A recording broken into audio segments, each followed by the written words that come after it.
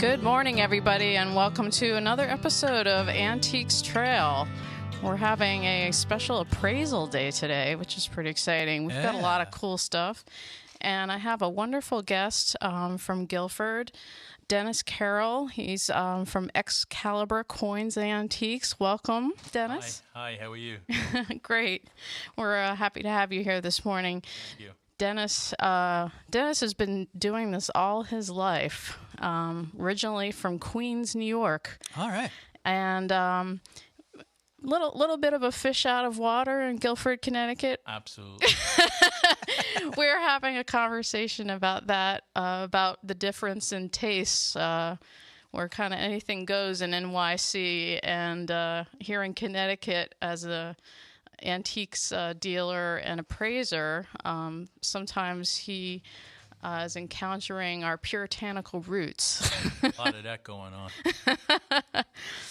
So anyway, we're happy to have Dennis here this morning because he's going to help us with talking about appraisals, and he's actually brought some really cool stuff with him.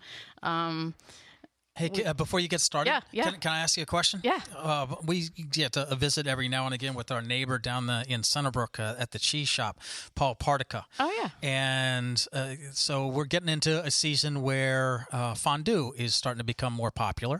And and he sells fondue sets, and he sells retro type fondue sets. And I thought that would be an interesting category of a collectible, is the old kind of 50s, 60s fondue set. But Unbelievable. Yeah. He used to have 8 or 10 people following him around the 26th Street Flea Market every Sunday. And people would be like clamoring to see who would hold his bags and his purchases for the day. He had his little crowd. Oh yeah, well he had Edie Sedgwick. He had some pretty high profile models that followed him around. Yeah, he had girls. He had quite the entourage. Christy Brinkley, maybe? Yeah. I sold her stuff in the past too. oh yeah. Yeah. What did you sell, Christy? I'm just So curious. I sold her a book at the Amagansett Antique Show in Long Island. Oh, okay. Yeah, she came with a matching bicycle spandex outfit with her and her daughter, matching outfits. Very impressive. Spandex. It must have been 80s. Was that 80s? Yeah. Very, very impressive. I'm sure. Do these celebrities have good taste, or some of them do, some of them don't? No, I think for the most part they're like a little more upscale than the average person. I mean, because first of all, they can afford more expensive items, and I think that they're people in their crowd already have it's like they're trying to keep up with each other more or less. Yeah. Yeah, there's a little competition, keeping up with the Joneses and the celebrity level.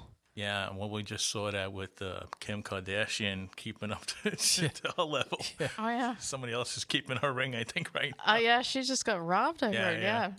She actually was one of my clients. She had a vintage necklace that she got from me through her stylist, of course. But I think what she was robbed of, however, was fine jewelry, not costume jewelry. Yeah, $4 million ring. Yike.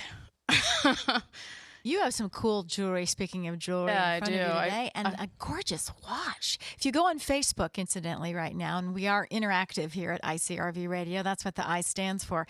There's a photograph of the watch on our ICRV Radio Facebook page. Beautiful, classic pocket watch. I love that. Yeah, this is a 18 karat gold Swiss movement. It's called a minute repeater because it actually chimes the hour, the quarter hour, the half hour, and the minutes. So if you were blind, for example, all you would have to do is hit the slide, and it chimes what time it is. Yeah, so I'm going to demonstrate that right now for our listeners because they can actually listen to this.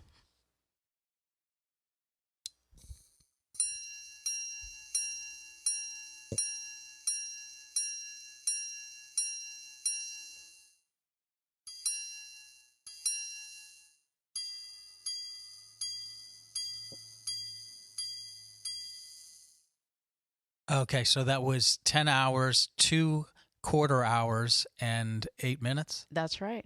Wow. That's brilliant. Yeah, isn't that cool? That is brilliant. And it goes back to what age? This one is circa 1910. It belonged to my husband's grandfather, who was a Pittsburgh steel tycoon. He was the owner of Columbia Steel and Shafting in Pittsburgh. And this particular watch was made by Frankfeld Frère, the Frankfeld brothers in French. And it was put out by Hardy and Hayes, which is what is on the watch face. It says Hardy and Hayes, which was kind of like the Tiffany's of Pittsburgh at the time. That's where all the steel magnates bought their jewelry and their pocket watches and everything else. It was I think a 4 or 5 story department store that had everything from jewelry to giftware. That's where you register if you're getting married, and so on. It's extremely slimline. That is remarkable. When I was showing it to Dennis, you said it was at the height of, what did you say? It was at the height of. Trying to remember. He basically said this is sort of the pinnacle of design at the time. I mean, to make something that thin when everyone else's watches were like 4 times the thickness. Right. Yeah, this is extremely slimline. And we have a picture. If you're listening right now, open up another tab and go to ICRV Radio on Facebook. And it'll show a picture of the mechanism that's inside this pocket watch, which is absolutely amazing. It shows the little hammers, the springs that sound out these chimes. And a pocket watch like this is worth between $8,000 and $10,000. Wow. Because obviously they're pretty rare to find. Minute repeaters in general are difficult to find, much less in such great condition and still working. Yeah. Now, would that typically have connected to it some sort of a chain of sorts to hold it into the vest pocket or the? Yeah, I'm glad you asked that. Yeah, it would have had almost like a little carabiner clip for those of you out there who do hiking or whatever. It's a little it clipped on to the top here, and there would be a watch chain, and it would be attached to slide into the gentleman's vest pocket or coat pocket, so that it was accessible. It could be pulled out. And that's called a fob, right? A fob, yeah. Exactly. And, you could have a simple chain, or there could be something attached to it. A lot of times they had a wax seal attached to it because these important guys would be sending communication, and they'd have their own private seal that they'd stamp on the back of their envelopes. Things like that would be attached to the fob and to the chain. Very cool. Wow. Now, how many watches would a gentleman have in 1910, 1920, 1930? Well, could I intercede with that? Yeah, go ahead. This watch in particular is unusual because years ago, most people couldn't afford to have a gold case and a great movement. So, like she said, he was a steel magnate. You would have to almost be an extremely wealthy person to have that combination, because a lot of times people would, like in the case of railroad conductors, they would have a gunmetal case, a very cheap case, and a great movement, a 21 or 23 jewel movement, to make sure, of course, the train runs on time, right? Right. In this case, also, this has got all the bells and whistles. I mean, a minute repeater, the fact that it's a thin line. Yeah, and this is 29 jewels. Yeah, it's an exceptional amount of jewels, and 18-karat gold, well worth $8,000 to $10,000, no question in my mind. Wow. Yeah, but other guys, like the train watches, they were with the gunmetal case, they were meant to be very durable because of the nature of their job. Whereas, the steel magnet was, he was in his office, occasionally came out to see what was going on, but he was a gentleman. Yeah. Wow. That's very cool. You have that lovely watch for the gentlemen and for the gentle ladies. Oh, yeah. For the extraordinary, beautiful brooch. Yeah, for the ladies, we have an equally impressive piece, which also comes from my husband's family, but from his mother's side. His mother was a New York City debutante, and this belonged to her mother, and before that, her mother. So it was passed down 3 generations, well, 4 now. It's Victorian. It is considered Etruscan revival because of the little loops and beading on it. That's the style of it. So it's gold. Just for folks that are listening in right now, we're looking at an amazing brooch, gold on the outside, 18 karat gold. and with a beautiful design on it. And then there is this ring of diamonds. Yes, these are actually old mine diamonds from India, which before they were mining in South Africa and other places, India originally had the creme de la creme of old mine diamonds. So there are, when I actually showed this to a gemologist and he looked at the diamonds, his head popped back from the microscope because they are so incredibly clear. Wow. And of course, the cut of them is, how diamonds were cut back in the, mid to late 1800s. They weren't machine laser cut like they are today. So they have a different look to them because of how they were cut. But also the quality of an old mine diamond, particularly from India, just is unparalleled today. Very special piece. Yeah, incredibly. And then the center stone is what's called a green cat's eye, which can be valuable in itself as well. But this brooch all together, and it's a mourning brooch, I should mention. If you turn it over, on the back there's a little window For hair. for putting hair, as Dennis said, or some other keepsake. A mourning brooch, as in mourning the loss of someone. Basically, you put something in there, and usually it was a lock of hair or braided hair, which today a lot of people find creepy. But that was the nature of mourning jewelry in the Victorian era.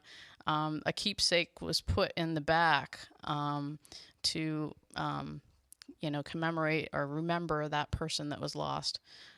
So this is considered a mourning brooch. But this is worth in the neighborhood of $5,000 to $6,000. Wow. So that's another family heirloom. Remarkable pieces. By the way, we have an email message that just came in. A listener who says, "Thank you for letting us hear the sound of the watch."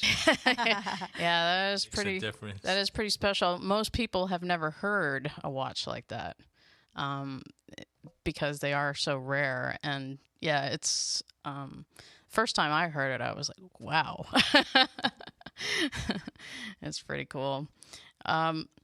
So jumping from my stuff, I want to include Dennis here because he brought some pretty cool stuff, particularly the thing that looks like it would skewer us. A little samurai here. Kind of scared Ibby a little bit when we were taking pictures of it out front a little earlier. There is one posted, and this is a blade you do not want to get close to. Yeah, this blade has the temper line, a magnificent temper line, and the condition of it is in really almost impeccable condition. The blade, which of course for the samurai is everything.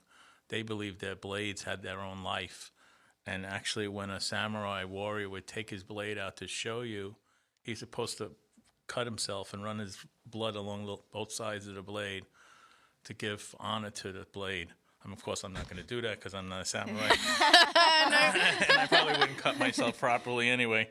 So one of the ways you can tell, of course, the quality is the temper line, but also what separates this sword from the reproductions of today is it has to have the same sharpness from the tip all the way to the edge. And a lot of times the copies today, they cut corners. Of course, sometimes they're not even sharp at all. They're just for decorative purposes. But a real samurai sword will have the same sharpness all the way to the end of this cutting blade. Wow. That's one of the things. That's called the hilt, isn't it? Yeah, right to the hilt, which would be what they call a suba. Okay. This is a suba. This one is in probably bronze, and it has a little design on it. But what I wanted to show you is this is the handle. The handle comes off. It's held by a wood peg, which I seem to misplace. So, but anyway, this sword has the signature on it of the man who made it. Oh, okay. Okay, so Wow. it's got the Japanese characters Right. I underneath mean, there. of course, I can't read Japanese, so I will have to get it translated at some point. But this also establishes the value, because from this name, you'll be able to tell the exact age, because the person who made swords only made them in his lifetime, right, or his working career. So within probably 20 years, you'll be able to tell who made this, the actual age of the sword, which I believe to be probably around 1850 to about 1890.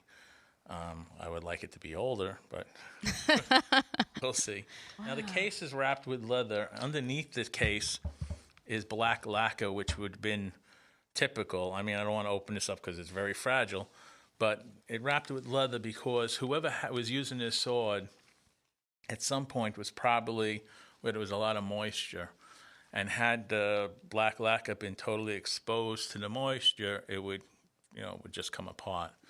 So they wrapped this with leather, so it could be carried probably in the jungles of the Philippines or wherever this sword was probably carried by a family member, even in World War II. And so you'll see a lot of American soldiers were able to take these swords. They captured the guys or whatever, and they took these swords home with them. And what they were actually finding is that they were getting real family swords, and some of them are hundreds of years old. Wow. And these soldiers carried their family sword into war with them. When my father was in the Korean War, he was on patrol with his men, and they found a Japanese plane that had been a kamikaze plane that had come down during the war. And he said that the pilot was still strapped inside the plane, his skeleton, and he had his sword, a Nambu pistol, and the scarf with 1,000 prayers. And he said that all the men wanted the sword and the pistol.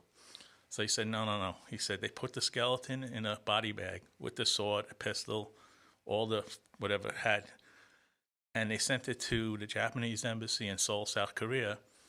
And the family was so happy to get that back that they sent every man a case of sake. Oh. In that patrol. No kidding. So when you're a soldier, a case of sake is probably more important than a sword.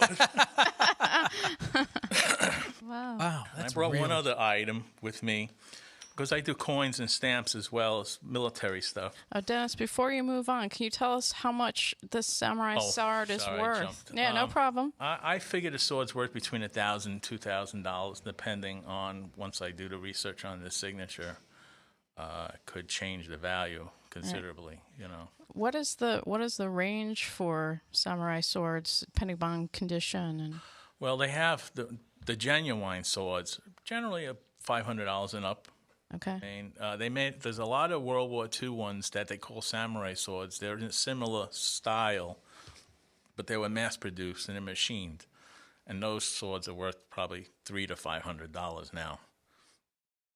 They're just plentiful. And a lot of times you'll find those, they have like fake temper marks because they weren't the real samurai swords. The steel was rolled and hammered and rolled and hammered, and that's how they get the temper line. So the ones that they have now is like synthetic. They even the ones during the war. And also you'll find a lot of them are marked with serial numbers. Now, no real samurai sword would ever have a serial number. No. That's something from during World War II. Yeah. Very cool. Okay. What else did you bring? Thank you. I brought one block of stamps. These stamps were from the island of Gibraltar, and of course they have Queen Victoria on it. And the British managed to get control of Gibraltar, took it away from Spain in the early 1880s. And so now this block of stamps was made in 1889, which is unusual because it's a large block, which is 20 pieces, and it's a 2 peseta value, which would have been worth in 1889 probably about 50 cents American. So, doing the math, that would have been a $10 block of stamps, which was a lot of money in those years. Yeah. Now, this block would be worth $700 catalog value. It looks pristine from the front, except for when you turn it over, somebody soaked the glue off. Oh, So now this $700 block of stamps is worth between $100 and $150. oh, bummer. So, when you mount it in your collection, it's still going to look great from the front. Yeah. But then you know that they're missing the glue. And a lot of times the reason for the glue being missing depends on where the collector lived. If they lived in South America or a place where there's a lot of humidity, many of the collectors actually soak the glue off their stamps because they would stick down to the books, or they would curl and they would crack. The actual paper would split. So a lot of times that was done purposely, fortunately for collectors now, because everyone wants the glue on the stamps. But this is still a great representation of a rare item. Interesting. So for collectors, it's recommended not to apply them to anything, but keep them in. What is it that you keep them in? Well, they put them in these kind of holders. There's all kinds of holders today that they manufacture, but they use a lot of these plastic holders, and it helps to keep the glue from adhering to the mounts. Mm. And the other thing too is they used these years ago. The old time collectors used paper hinges. Sometimes they made their own, and they used this animal glue, and which was almost impossible to get off of whatever you stuck it to. So you'll find a lot of early stamps, which would be worth a lot of money, with these nasty hinges applied to them. Yeah, I remember those. Yeah, and so that hurts the value too. Today, everybody wants the glue, the stamps perfect, the way they were issued, post office fresh, with no hinges on it. I love how, one item can tell a story. I love the story of the returning of the samurai sword. Yeah. I love that. I love the oops, went from 700 down to 100 just like that. Yeah, I never knew that the glue, that the glue had such a play in the value. Yeah, absolutely, for stamps. It's really, really interesting. It's Now, like, I'm sorry. Do you have a preference? I mean, Gay is a professor on so many categories of collectibles, but I guess I think vintage jewelry would have to be at the top of the list. Yes. Do you have something? Yeah, my favorites actually. I started as a little boy with coins. I love coins, and I've been collecting them since I'm 5 years old. And then I went to stamps because it seemed to be the general progression, coins and stamps. Yeah. And then I got into the military stuff. When I had one of my relatives went to Vietnam in the beginning of the war, and he was bringing back items from Vietnam, I got interested when I saw these things. And then, of course, my father had his fighting knife from World War II, and then he had brought things back from Korea. And so it was just, and I never was in the military myself, but enough family members were that I managed to get a beginning of my own collection of military stuff. Very cool. We're running real short on time. We have to promise to have you guys back together. Oh, I mean, this is a cool. This is a really cool thing. I'm going to get my brother or my sister to overnight some of our old games from the 50s that are in good shape so that you can actually take a look. I think appraisal show, whenever we can do it, I'm up for it. What do you think? Yeah, Ed? absolutely. I love the stories that are coming alive. But there's something, because even in the state of Connecticut, I see the sign for Pez, and then I saw in the promo for the program that we were going to talk about Pez. We have to talk about Pez. I know. It's so funny. This one, it cracked me up because it's so goofy. It's from 1967. This Pez dispenser has a clear plastic hand at the top holding an eyeball, a plastic eyeball. And the Pez dispenser itself, where the candy is stored, is kind of a bright neon green. So 60s. Yeah. And it was called the Crystal Collection. And they did a whole line of these in all different colors, the hands, different colors. They had black hands with the eyeball. And this little Pez, back in 1967, sold for 25 cents. Okay. Today, it sells anywhere from 20 upwards. I've seen it as expensive as $35. Really? Wow. Yeah. I mean, that's an amazing, that's like, well, to be worth even $20, that's a 40% inflation rate. Wow. Wow. When, usually inflation is about 3%. So that gives you an idea of sometimes how much the value of something from the, what it cost back in the day to what it costs now, just jumps way am above I right? inflation. Somewhere after Bridgeport or something? It's in Orange, Connecticut, is the Pez Visitor Center. Yeah. Yeah, and it's a museum. You can go in there and actually. And was the company based here, or is it based here, or is the company defunct? What? Pez is, well, unfortunately, it's gone the way of most companies. It's, manufactured in China or Japan at this point. Yeah. But yeah, originally was in Connecticut, and that's why the Visitor Center is in Orange, Connecticut. Wow. So. See, I love this show. I do. Hey, I gotta ask, because a buddy of ours went out there, but I haven't talked to her. How was the vintage market in Salem? The Salem market, unfortunately, because of the weather, was not as successful as it should have been. But even so, I had some interesting customers. I sold a few things, made some connections.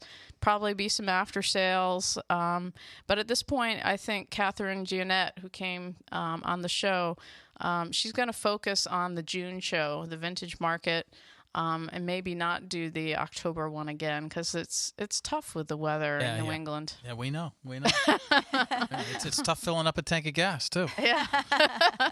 So she's gonna keep doing the market thing, but focus in on June instead. So I'm looking forward to that market next year. Got it. Yes. Well, we look forward to having you back again. Yeah, Dennis. Yeah. Thanks a lot. Great stories. Yeah, Dennis, this is an awful lot of fun. You got a favorite story? I'll give you 45 seconds for a favorite story. Incredible find, the one that got away, the one that you haven't gotten, the lifelong quest. I'll give you 40 seconds. 40 seconds. I bought 2 paintings years ago. Actually, I was representing somebody who was selling a lot of paintings, and they were giving me Polaroids at the time. Lets you know how far back that was. And in there was 2. He would give me stacks of these Polaroids, and I would show them to my customers, and people would buy the paintings from the Polaroids. So he gave me 2 Polaroids without prices. So my customer says, I'll give you $10,000 for those 2 paintings. I seen, wow, there's more money than I seen for any of the other stuff. I says, all right. I says, let me see what I can do. I asked the guy who was selling it, I says, how much is the 2 paintings? He says, I have to have at least $3,500. I says, I'm in the driver's seat now. So I says, okay. So I paid him the $3,500, quick the paintings. I have the paintings, and they're in my store in Queens at the time. And on the back has the name of the original gallery who sold the paintings in late 50s. So I said, well, I want to know why that guy's being so good to me. So I call up, and I find that they were from Canada. So I call up the original gallery, which I'm not going to mention. And I said, I have paintings signed by Edwin J. Hughes. And so the woman says, oh, no, I asked her about the artist, Edwin J. Hughes. And she says, oh, he's one of the Canadian 7. Like, that means something to me. I don't know what that means. So I says, well, what does he sell for? She says, well, small ones sell for $25,000 and large ones sell for $50,000. Now I have one small one, one large one. I says, oh, really? She says, yeah. I says, does your company buy these paintings? She says, oh, absolutely. We're always looking for these paintings. I said, oh, okay, that's good. So I says, I have 2 for sale. She says, well, my director's not here today. Can he call you tomorrow? So he calls me up, and he says, I understand you have 2 paintings. I tell him yes. He says, you have the serial numbers on the back of those 2 paintings? I said, yes. I give him the serial numbers. He comes back on the phone, and he says, we're prepared to offer you $45,000 for the 2 paintings. So I says, well, now I'm like, well, thank God I'm sitting down. And you paid $3,500 yeah, for these. and this is only 2 days later or something. I'm speaking to this guy. So I said to him, I think I'll have to get back to you. So I hung up the phone, and I call up Sotheby's in New York, and Sotheby's says, oh, we know of him, but he's very popular in Canada. Call our Toronto office. So I call the Toronto office, and the Toronto office tells me, yes, small ones sell for $25,000, large ones sell for $50,000. So I says, really? They said, yeah. I said, we'd be happy to get them if you want to bring them to us. Okay, so now we're up to $75,000 Yeah, total. so then the guy calls me back a few days later. He says, I told my uncle, who was a New York City police officer, I told him, I says, I'm going to need some assistance going to Toronto road trip. And he says, oh, okay. So this guy calls me back about 4 days later. He says, Mr. Carroll, you still have those paintings? I said, yes. I said, I'm going to bring them up to Toronto, to Sotheby's. He says, well, what would be today's price? So I said, today's price is $65,000 American. He says, that's a lot of money. He says, we offered you $45,000 American. I says, yeah, I understand, but 45 is not 75,000. I said, so taking off their commission and everything and road trip expenses, I would accept 65,000. He says, can I call you right back? I said, yes. This is the longest 40 seconds. He calls me back. CRV Radio. Yeah, he calls me back and he says, there'll be a truck in front of your door tomorrow with a check for 65,000, a bank check for 65,000. And that was my best story. Wow. That was a pretty good one, Dave. That was worth hanging in there. That was worth hanging in there. 1 week, I made 61,500. That's hard to beat. I like that one. That beats me. How about coming back, both of you guys? All right, I would love to. Yeah. Gay is here every week with Antiques Trail. It's always a treat, sharing her passion and expertise and bringing in the people that share it with her as well. And we encourage you guys, listen in next week for Antiques Trail. Gay, thanks. Dennis, Yeah. nice to meet you. Thank Yeah, thank you. you. Bye.